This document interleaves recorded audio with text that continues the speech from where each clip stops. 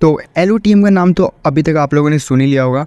तो आज वाली वीडियो में हम लोग एक्सप्लेन करने वाले हैं लॉर्ड ऑफ द मिस्ट्री के एपिसोड नंबर 1 को। और इस एनीमे में सच में बहुत ज़्यादा मिस्ट्री है, तो इस एपिसोड को आप लोग पूरा देखना और नीचे कमेंट में बताना कि आपको इसका पहला एपिसोड कैसा लगा। एंड वैसे भी आपको ये वाला एपिसोड पसंद ही आएगा। तो ज़्यादा टाइम वेस्ट ना करते हुए सीधे एपिसोड की एक्सप्लेनेशन स्टार्ट करते हैं।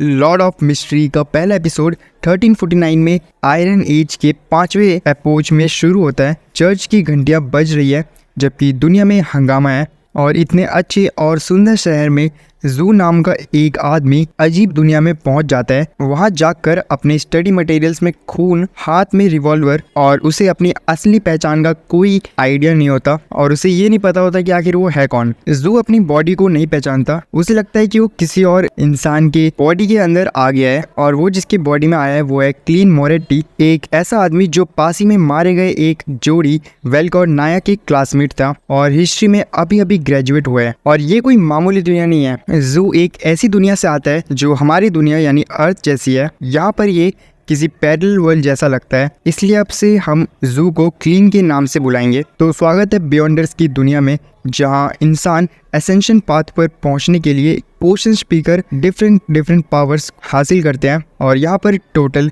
22 पाथवेज हैं और सीक्वेंस का नंबर जितना कम हो, बियॉन्डर की शक्ति उतनी ही ज़्यादा होती है। इन शक्तियों में सबसे ताकतवर वो है जो देवताओं जैसा है। इस एवोल्यूशन को पाथ ऑफ द डिवाइन कहा जाता है। और वापस चलते हैं मिस्ट्री पर। तो वेल्क के घर पर इंक्वायरी करने के लिए 2 ऑफिसर्स आते हैं। वेल्क और नाया दोनों की मौत हो चुकी है और दोनों खोई यूनिवर्सिटी से हिस्ट्री ग्रेजुएट थे। पहली नज़र में ये सुसाइड लगता है, लेकिन यहाँ ब्लैक डिवाइनेशन या फिर एक बहुत ही ज़्यादा कठोर चीज़ जैसे बियॉन्ड सेक्रीफाइस होने के सबूत है। एक भयंकर शक्ति पक्का जाग चुकी है और इस वक्त हमारे पास सब कुछ जोड़ने के लिए हिस्ट्री के अलावा कुछ नहीं है। लगता है इस मिस्ट्री को सुलझाने की चाबी क्लीन की यादों में छिपी है, जिसकी बॉडी में अभी जू है और इसकी यादें जू की यादों से घुल मिल गई है। और क्लीन का एक अजीब नोटबुक जो कि बहुत ही इंपॉर्टेंट सबूत हो सकता है। इस नोटबुक में 4th एपॉक्स के बारे में बहुत सारे थॉट्स लिखे हुए हैं और कुछ सच होने वाली भविष्यवाणी भी लिखी हुई है कि सब लोग मर जाएंगे। लेकिन अभी क्लीन अपने विचारों से तंग आ जाता है जब उसकी छोटी बहन मेलिसा आ जाती है। लेकिन हमारा प्रोटैगनिस्ट अभी डिटेक्टिव मोड में है। वो जानता है कि वेल को मारने वाला रिवॉल्वर काफी तेज आवाज करता है, फिर भी मेलिसा को बगल के कमरे में कुछ सुनाई नहीं दिया।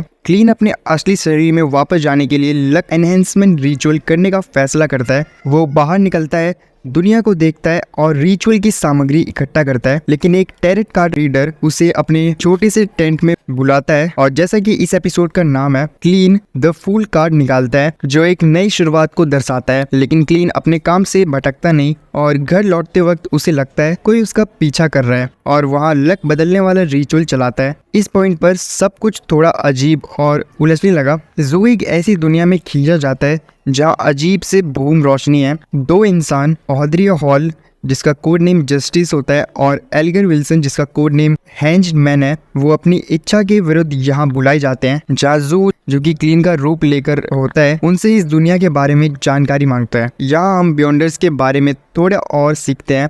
बियॉन्डर बनने के लिए आपको किसी चर्च का हिस्सा होना होता है। लगता है एल्गर के पास 2 सीक्वेंस 9 पोशंस हैं, एक सेलर और दूसरी दी ऑडियंस। क्लीन के अपार्टमेंट के दरवाजे पर पुलिस की दस्तक ने प्रोटैगनिस्ट को इन विजन से छुड़ाया और हमारा प्रोटैगनिस्ट वहाँ पर गैदरिंग खत्म करता है। वो फैसला करता है कि ये गैदरिंग वो हर सोमवार दोपहर 3 बजे करेगा, जिस पर बाकी के दोनों भी एग्री करते हैं। फिर क्लीन दरवाज़ा खोलता है और वहाँ के काउंटी पुलिस के लियोनार्ड मिचेल को पता है वो वही आदमी है जिसने जू का पीछा किया था, जिससे उसे ये एहसास हुआ और वहाँ जल्दी आ गया। लेकिन अब उसके साथ दुन स्मिथ भी है। वो घर की रूटीन चेक करने और नोटबुक के बारे में पूछने आया है और सबूत इस बात की तरफ इशारा करते हैं कि क्लीन की मौजूदगी वेल्क और नाया की मौत से कुछ पहले वहाँ थी। क्लीन पुलिस से सच बोलता है, अपने सुसाइड अटेम्प्ट का जिक्र करता है, लेकिन दुन को लगता है कि पहले उसे एक साइकिक वेरिफिकेशन से गुजरना होगा जिससे उसकी सब यादें वापस आ जाएंगी। और ऐसा करते वक्त ये भी पता चल सकता है कि क्लीन की बॉडी में जू है, जिसके बाद क्लीन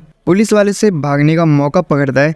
लेकिन असल में ये सब उस साइक इवोल्यूशन का हिस्सा है। दुन स्मिथ इस ड्रीम सीक्वेंस पे आता है और समझाता है कि वो बियॉन्डर्स और खासकर नाइट हॉक्स ग्रुप्स जो कि रात में बहुत ज़्यादा ताकतवर होते हैं, जिससे देख कर ये लगता है कि दुन को सपनों को मैनिपुलेट करने की शक्ति है और हमारी साइकिक लंबे बालों के साथ प्रकट होती है और क्लीन के सपनों के बारे में बताती है कि वो पूरी तरीके से निर्दोष है, लेकिन ग्रे फॉग उसकी कुछ यादों को ढक देता है, जिससे जो कि क्लीन के रूप में है साइकिक टेस्ट पास कर जाता है और उन्हें कोई सबूत नहीं मिलता। और क्लीन ने अपने आप को गोली मारी थी, लेकिन साइकिक ने कभी इतनी टफ सिचुएशन को नहीं देखा था। लेकिन फिर एपिसोड के लास्ट में वो दोनों उसे बियॉन्डर बनने का मौका देते हैं और यहाँ पर एपिसोड खत्म हो जाता है। और आप चैनल को सब्सक्राइब कर सकते हो ताकि कोई भी ऐसी वीडियोस आपसे मिस ना हो जाए। तो मिलते हैं आपसे नेक्स्ट वीडियो में, तब तक के लिए बाय बाय।